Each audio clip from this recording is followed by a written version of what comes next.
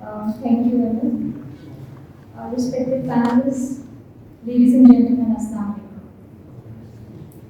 Today we have gathered here to talk about Kashmir, as Mr. Ahmed has already mentioned that today is 8th of July, the 5th death anniversary of the harms of Wani. So I thought that instead of talking about India today, that what India is doing in Kashmir, we should talk about those who sacrificed their lives for justice. Therefore, the most important question we need to ask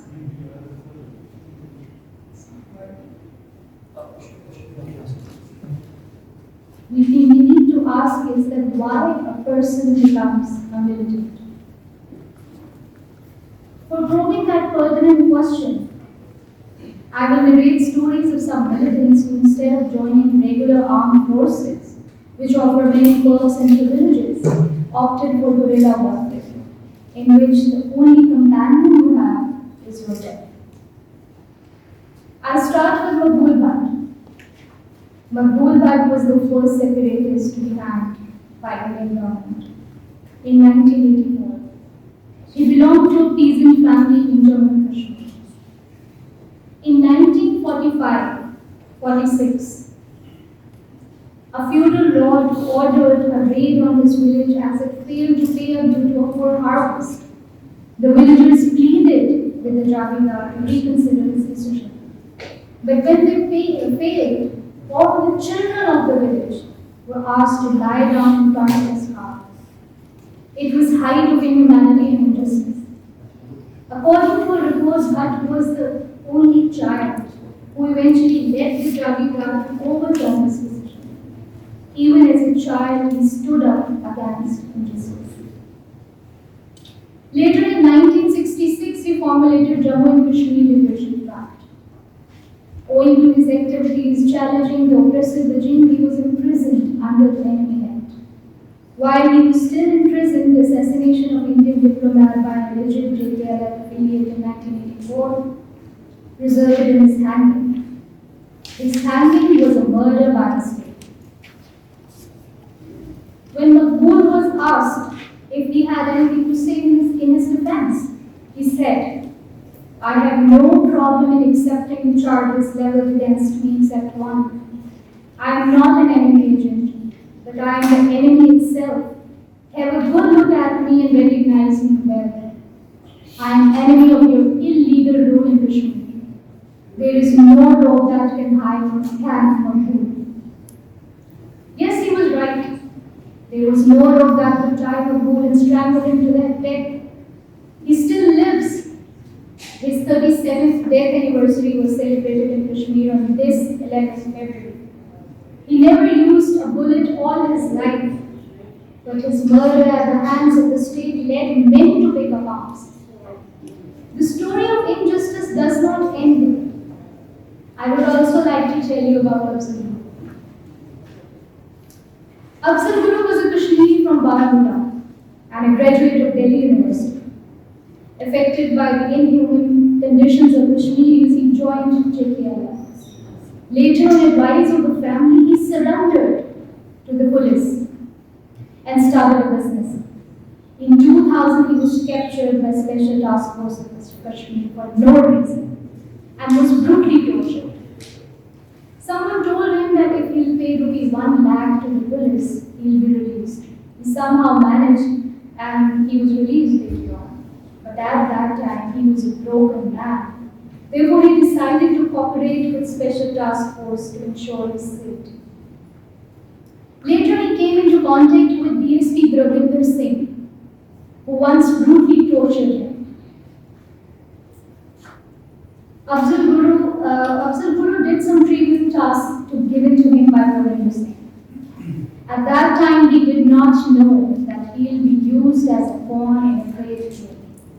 One day, he was again caught by the police for his alleged involvement in parliament attacks of 2001. There is some link of DSP Gravinder Singh with parliament attacks of 2001. Last year in 2020, Gravinder Singh was arrested in India. Here is a screen grab of this report. Abdul was convicted for attacking the Indian Parliament in 2001. He was not given a fair trial. He died in helplessness, but his helplessness jolted India. Kashmiris still gather to remember Afzal Guru, a person who tried to conform with the government was killed by the government. Dead Guru is now a threat to the security in the world. What was gained by that death? Hatred towards Pakistan and implicating Pakistan as a terrorist sponsoring state. An innocent was murdered by the state. But on the contrary, Afzal Guru's innocence became his power that transcended his physical being. Here is a picture of a test on illegal killing of Basit conducted by university students in India. Here is a screenshot of an Indian newspaper. India is now afraid of the dead Afzal Guru. Here is another screenshot depicting strike on his death anniversary, so the stories of follies made by India do not end here. The next story I would like to share is of Burhan Wani. Burhan Wani belonged to a highly educated upper-class Kashmiri family. It is believed he was driven to militancy at the age of 15 after his brother and he were beaten ruthlessly by the police for no reason. His father told in an interview that he wanted to join Indian Army, but injustice made him join Hizbul Mujahideen and he became a militant. By July 8, 2016, Wani had brought the militancy to every home and every phone in the building. Over here you can see a huge funeral of Burhan Wani. Dead Wani has now become phenomenal.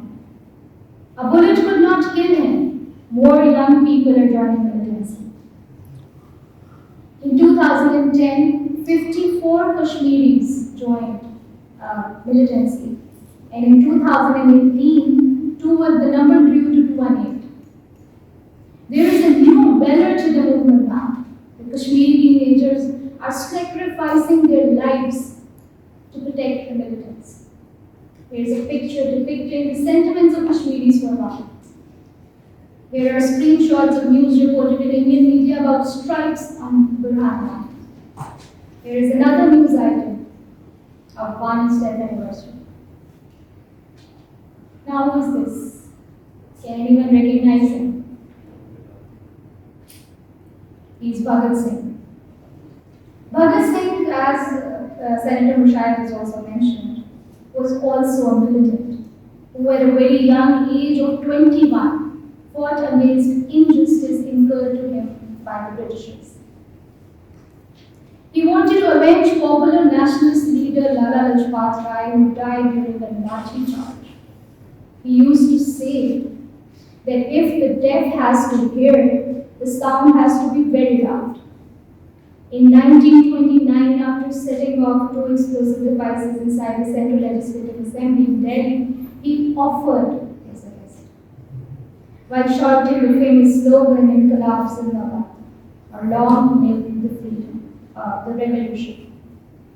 He also used to say, "I am a man and all that affects mankind concerns me." These are just 4 stories. There are many who sacrifice their lives like Udham Singh, Riyaz, Sabzar Bhatt, and many more. What was common among these people? All of them stood against injustice.